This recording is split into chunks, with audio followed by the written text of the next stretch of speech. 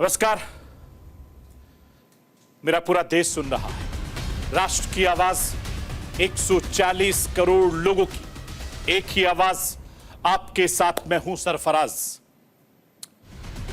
मैं सरफराज सैफी आपको बताना चाहता हूं, धर्म से सनातनी, कर्म से मेहनती, ना धर्म में कोई कमी, ना कर्म में कोई कॉम्प्रोमाइज। यह है हिंदुस्तान के प्रधानमंत्री नरेंद्र मोदी का मतलब। पीएम मोदी के विरोधियों के लिए धर्म सियासी नफा नुकसान का जरिया हो सकता है, लेकिन पीएम मोदी का धर्म सियासी नफा नुकसान का जरिया नहीं है। यह उनका अटूट विश्वास है, उनका धर्म है। विरोधियों के लगातार हमले के बावजूद प्रधानमंत्री नरेंद्र मोदी हिंदुस्तान के एक छोर से दूसरे छोर तक अपनी आवाज बुलंद करते हैं, जनता तक पहुंचाते हैं। सवाल यह है कि क्या प्रधानमंत्री नरेंद्र मोदी में ऐसा क्या है जो उन्हें बाकी राजनेताओं से अलग करता है? ऐसी कौन सा कवच है जो सीधे सियासी वाणों से बावजूद हर चुनौती से निपटने की ताकत प्रधानमंत्री मोदी को देता है? वो कौन सी शक्ति है, वो कौन सी ताकत है जो प्रधानमंत्री नरेंद्र मोदी को विरोधियों के हमले से बचाती है? आज आपको राष्ट्र की आवाज के जरिए ये बताने, दिखाने, समझाने की कोशिश करूंगा। चुनावी व्यस्तताओं के बीच प्रधानमंत्री नरेंद्र मोदी परमात्मा को नमन करने में पीछे नहीं रहते। चुनाव प्रचार के दौरान भी पीएम मोदी जहां भी जाते हैं, उस जगह धार्मिक स्थानों में जाकर पूजा अर्चना करना नहीं भूलते। हिंदुस्तान की राजनीति में, इतिहास में ऐसा पहली बार हुआ है जब अपने आराध्य के दर्शन करने प्रधानमंत्री नरेंद्र मोदी समुद्र की गहराई में उतरे। प्रधानमंत्री नरेंद्र मोदी का यह दशकों से सपना था जो पूरा हुआ। समुद्र के भीतर जाकर पीएम मोदी ने द्वारकाधीश को समुद्र में जाकर पूजा अर्चना की। द्वारकाधीश की आराधना करके जब वो समुद्र से बाहर निकले, तब पीएम मोदी ने बताया कि कैसी भव्यता महसूस की पीएम ने। इस दौरान प्रधानमंत्री नरेंद्र मोदी ने क्या महसूस किया, वो राष्ट्र की आवाज के जरिए आपको बताऊंगा, समझाऊंगा। पीएम मोदी न सिर्फ मंदिर मंदिर जाकर पूजा अर्चना करते हैं, बल्कि विकास के साथ हिंदुस्तान की विरासत का भी प्रधानमंत्री नरेंद्र मोदी खासा ख्याल रखते हैं। दुत्व का सबसे बड़ा चेहरा प्रधानमंत्री नरेंद्र मोदी ने हिंदुस्तान के प्राचीन मंदिरों के रिनोवेशन के लिए जमकर काम किया है। अपने 10 साल के इस सफर में, कार्यकाल में, पीएम मोदी ने अयोध्या से उज्जैन तक, काशी से केदारनाथ तक कम से कम 10 प्राचीन मंदिरों का कायाकल्प किया है। प्रधानमंत्री नरेंद्र मोदी ने अध्यात्म के साथ विकास को जोड़ दिया है। इसका असर यह हुआ कि आज आबू धाबी जैसे मुस्लिम मुल्क में भी भव्य मंदिर तैयार है। पीएम मोदी के 10 साल में किन किन मंदिरों की बदहाल जो तस्वीर थी उनको बदल दिया है, कायापलट कर दिया है, यह आज आपको राष्ट्र की आवाज के जरिए बताने, दिखाने, समझाने की कोशिश करूंगा। मैं अपने हिंदुस्तान के कोने कोने की आवाज को दिल्ली तक पहुंचाता हूं। दिल्ली की आवाज को देश दुनिया के कोने कोने तक पहुंचाता हूं। नेताओं की आवाज को मैं आम लोगों तक पहुंचाता हूं। आम लोगों की आवाज को मैं अपने देश के हुक्मरानों तक पहुंचाता हूं। आपकी आवाज से मिलती है मेरी आवाज और बन जाती है राष्ट्र की आवाज।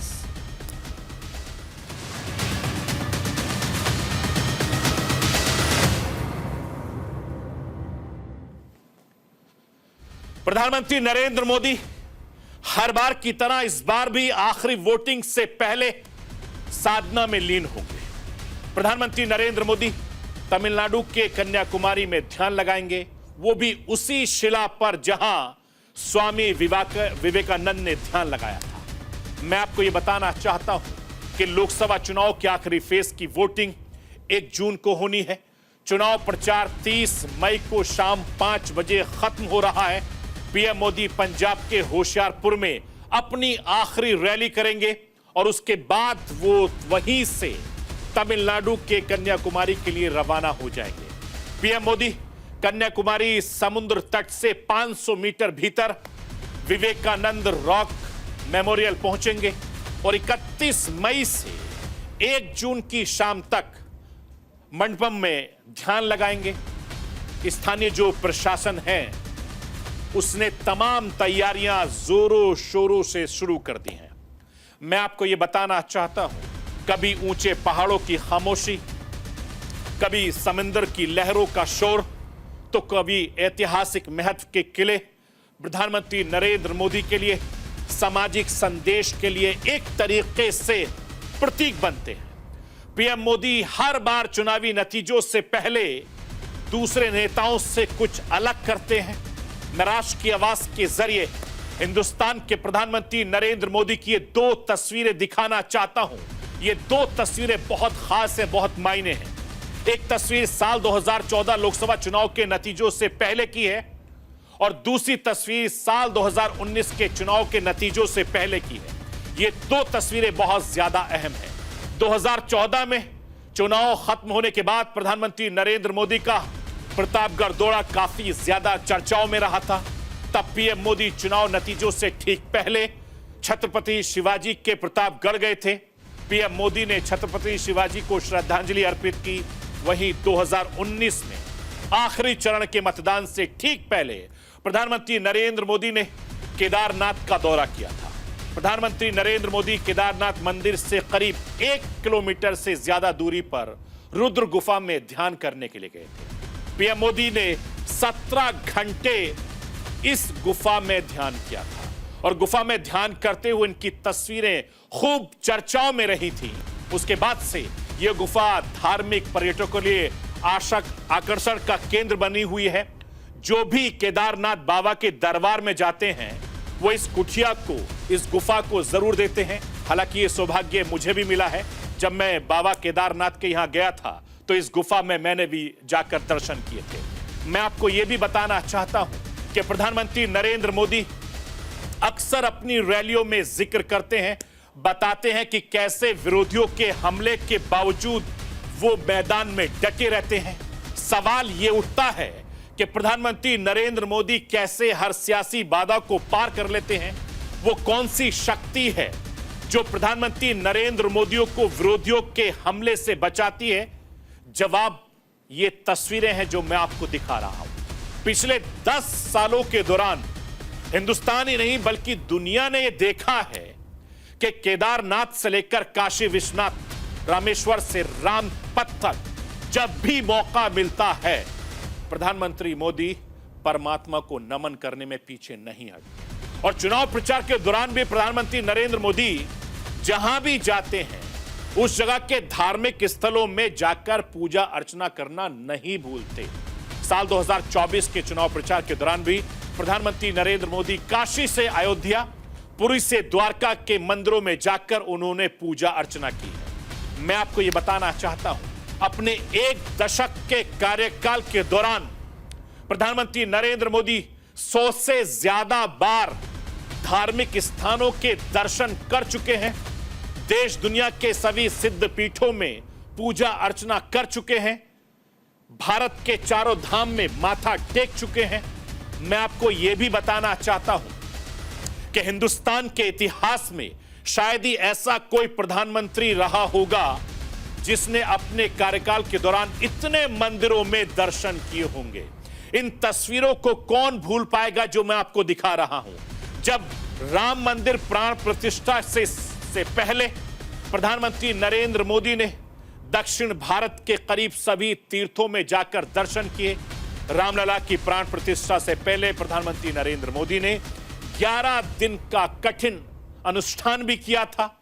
इस दौरान पीएम मोदी ने 40 नियमों का पालन भी किया था। रामलला की प्राण प्रतिष्ठा के दौरान पीएम मोदी मुख्य यजमान भी रहे।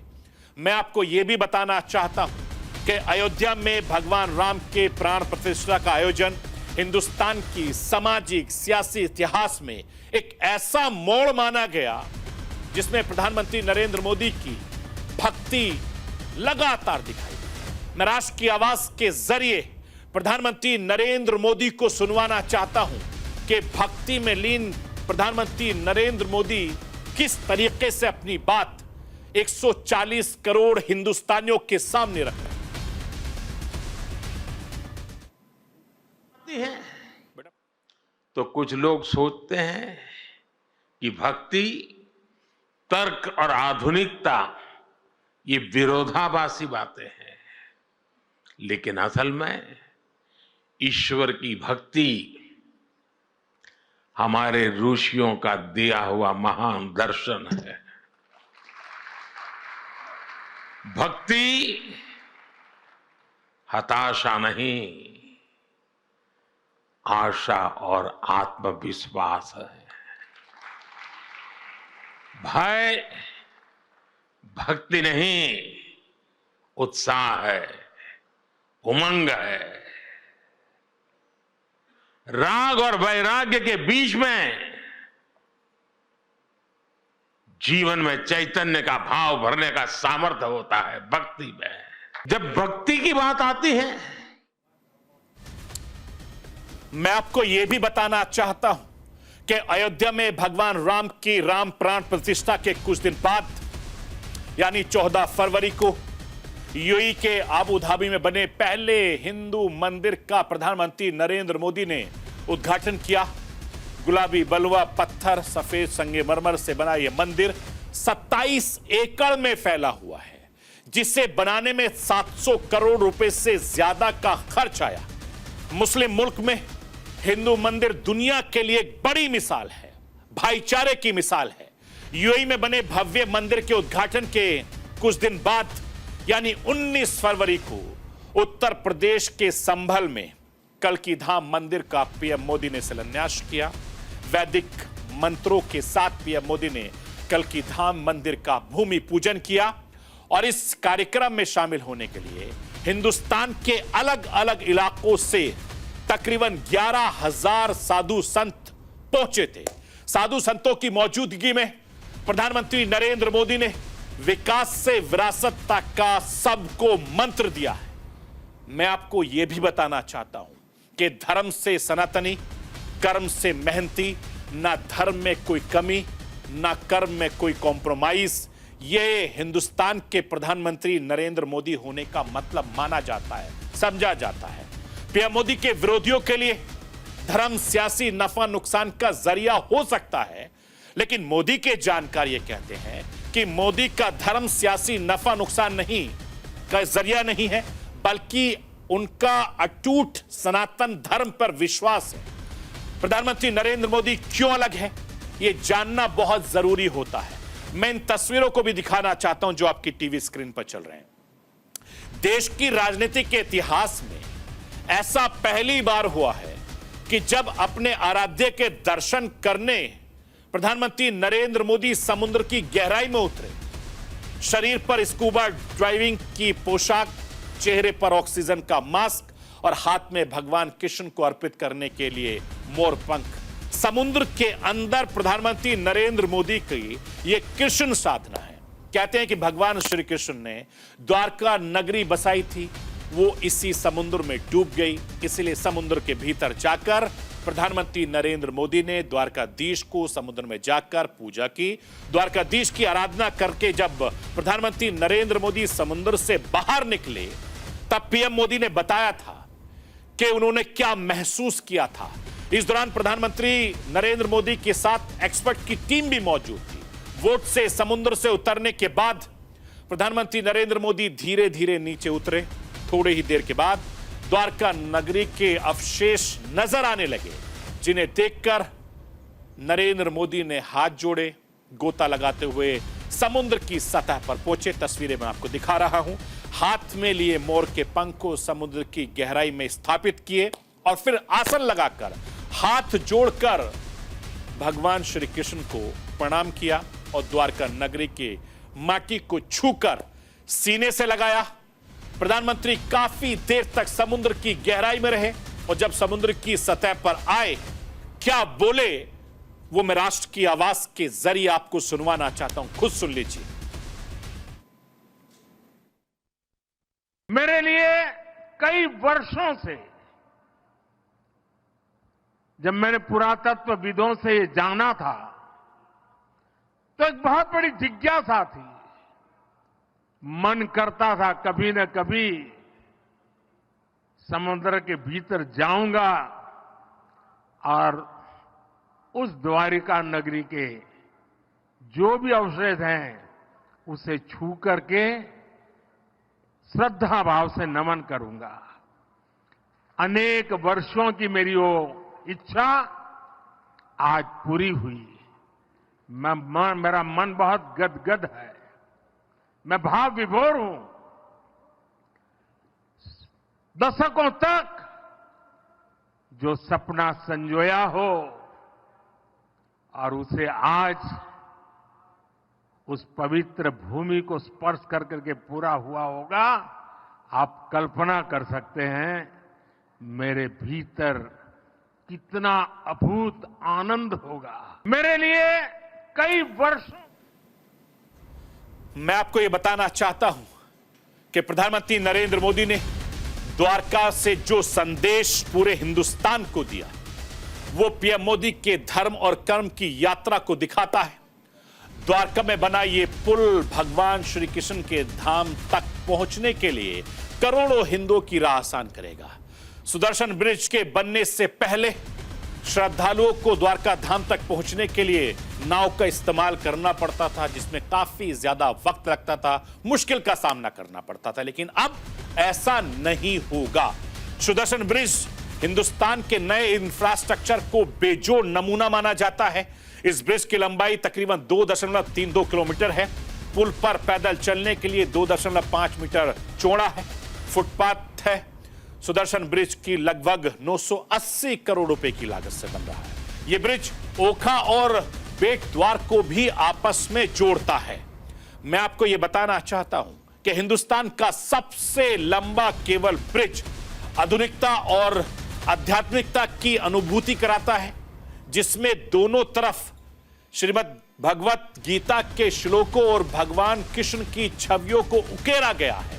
इसके अलावा प्रधानमंत्री नरेंद्र मोदी लगातार ऐसी यात्राएं करते रहते हैं। धर्म और कर्म, इन्हीं दो पहाड़ियों पर, इन्हीं दो पहियों पर प्रधानमंत्री नरेंद्र मोदी 2024 में 400 पार का विश्वास जताते हैं। कभी वो प्लेन में होते हैं, कभी वो पहाड़ में होते हैं। 2014 और 2019 लोकसभा चुनाव में बीजेपी ने हिंदुत्व और राष्ट्रवाद के मुद्दे पर सियासी जंग फतह करने में कामयाब रही, और इसी का नतीजा है कि धर्मनिरपेक्ष कहलवाने वाले विपक्षी पार्टियों के नेता अब मंदिरों में जाकर मत्था टेक रहे हैं। बीजेपी इस पर काफी ज्यादा बढ़त बना चुकी है।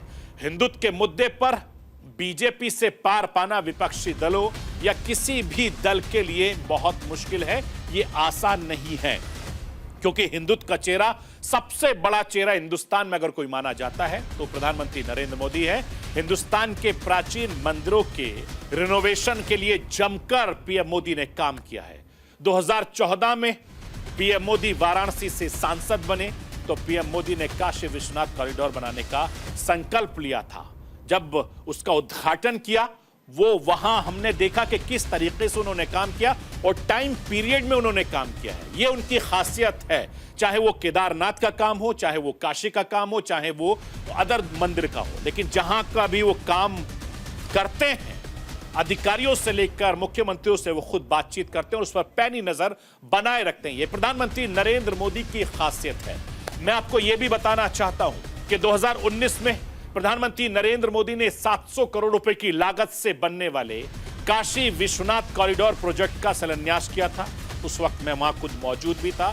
शिलान्यास के लगभग 2 साल 8 महीने बाद, यानी 13 दिसंबर 2021 को प्रधानमंत्री नरेंद्र मोदी ने 5 लाख वर्ग मीटर में फैले भव्य काशी विश्वनाथ कॉरिडोर का लोकार्पण किया था। 11 अक्टूबर 2022 को प्रधानमंत्री नरेंद्र मोदी ने काशी विश्वनाथ की तरह देश के 12 ज्योतिर्लिंगों में से एक उज्जैन में महाकालेश्वर मंदिर में जाकर 946 मीटर लंबे महाकाल लोक कॉरिडोर का लोकार्पण भी किया था। इसके अलावा गुजरात के सोमनाथ मंदिर की मान्यता भगवान शिव के 12 ज्योतिर्लिंगों में से पहले स्थान पर मानी जाती है। प्रधानमंत्री नरेंद्र मोदी ने सोमनाथ में कई बार गर्भगृह वाली साधना कर चुके हैं। पीएम मोदी सोमनाथ ट्रस्ट के अध्यक्ष भी 2021 में पीएम मोदी ने सोमनाथ मंदिर में 3 बड़े प्रोजेक्टों का उद्घाटन किया था। प्रधानमंत्री नरेंद्र मोदी ने पार्वती माता मंदिर, दर्शन पथ, एग्जीबिशन सेंटर का लोकार्पण किया। केदारनाथ मंदिर में पीएम मोदी कई बार दर्शन कर चुके हैं। 2013 की विनाशकाली बाढ़ के बाद उत्तराखंड का केदारनाथ मंदिर बुरी तरीके से प्रभावित हुआ था, हम सब ने देखा था और वो तस्वीरें हमने देश और दुनिया के लोगों तक पहुंचाई थी। 2014 में पहली बार मोदी सरकार बनी तो प्रधानमंत्री नरेंद्र मोदी ने केदारनाथ मंदिर रेनोवेशन प्रोजेक्ट को लॉन्च किया। 5 नवंबर 2021 को प्रधानमंत्री नरेंद्र मोदी ने केदारनाथ कॉरिडोर, आदि शंकराचार्य की मूर्ति का लोकार्पण किया और उस वक्त भी मैं वहां मौजूद था केदारनाथ में। प्रधानमंत्री नरेंद्र मोदी ने 2016 में चारधाम परियोजनाओं की शुरुआत की थी।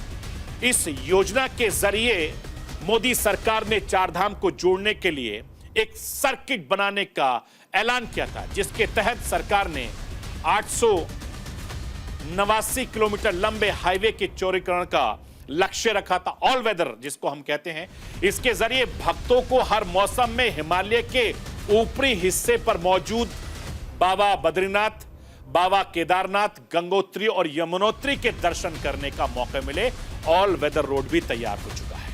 मैं आपको यह भी बताना चाहता हूं कि जम्मू कश्मीर से आर्टिकल 370 हटाने जैसा साहसिक फैसला लेने वाले हिंदुस्तान के प्रधानमंत्री नरेंद्र मोदी ने कश्मीर घाटी में मंदिर कॉम्प्लेक्स के रिनोवेशन का काम प्रोजेक्ट लॉन्च किया। इसका असर यह हुआ कि 31 फरवरी 2021 में कश्मीर के शीतलनाथ मंदिर के द्वार का खुल गए। धारा 370 हटने के बाद जब पहली बार पीएम मोदी जम्मू कश्मीर गए, तब भी पीएम मोदी सबसे पहले शंकराचार्य हिल पर पहुंचे और प्रधानमंत्री नरेंद्र मोदी इस कदम को चुनाव से पहले कश्मीरी पंडितों को साधने के तौर पर देखा गया था। जो तस्वीरें लगातार हमने आपको दिखाई थी, 370 हटने के बाद से जम्मू कश्मीर में किन धार्मिक स्थलों का दोबारा निर्माण हुआ, वो भी मैं राष्ट्र की आवाज के जरिए आपको दिखा रहा हूं, बता रहा हूं, समझा रहा हूं। श्रीनगर के रघुनाथ मंदिर, अनंतनाग के मातड़ मंदिर, पाटन के गौरी शंकर मंदिर, श्रीनगर के पंद्रथन मंदिर, अवंतीपुरा के अवंतीस्वरा मंदिर का भी रिनोवेशन हो रहा है। प्रधानमंत्री नरेंद्र मोदी के कार्यकाल में उत्तराखंड के बद्रीनाथ, केदारनाथ, यमुनोत्री, गंगोत्री को जोड़ने के लिए ऑल वेदर सड़क पर बहुत तेजी से काम हो रहा है, जिसका प्रोजेक्ट शुरू हुआ था। रोड नेटवर्क के साथ रेल लाइन भी बिछाई जा रही है। प्रधानमंत्री नरेंद्र मोदी ने अध्यात्म के साथ विकास को जोड़ दिया और इसका असर यह हुआ कि आज हिंदुस्तान के तमाम जो सनातन धर्म को मानने वाले लोग हैं, वो हर जगह जाते हैं भक्ति के लिए, वहां पर आसानी से पहुंच सकते हैं, क्योंकि इतनी आसानी से उन्होंने काम कर दिया, जिसके चलते प्रधानमंत्री नरेंद्र मोदी को लगातार याद किया जाता है। तो ये थी राष्ट्र की आवाज। बाकी खबरों के लिए आप बने रहिए न्यूज इंडिया के साथ। कल रात 9 बजे फिर होगी मुलाकात।